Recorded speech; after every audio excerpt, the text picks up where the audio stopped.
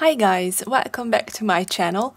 If you are new here, hi, it's Eva and welcome to the Draw with Eva Daily Drawing Challenge. Feel free to follow me and draw whatever I draw in your style. More information about this project can be found in the description box below. Today I'm going to use my previous paintings that I painted yesterday. I love reusing old drawings and paintings of mine, and I also love mixing techniques.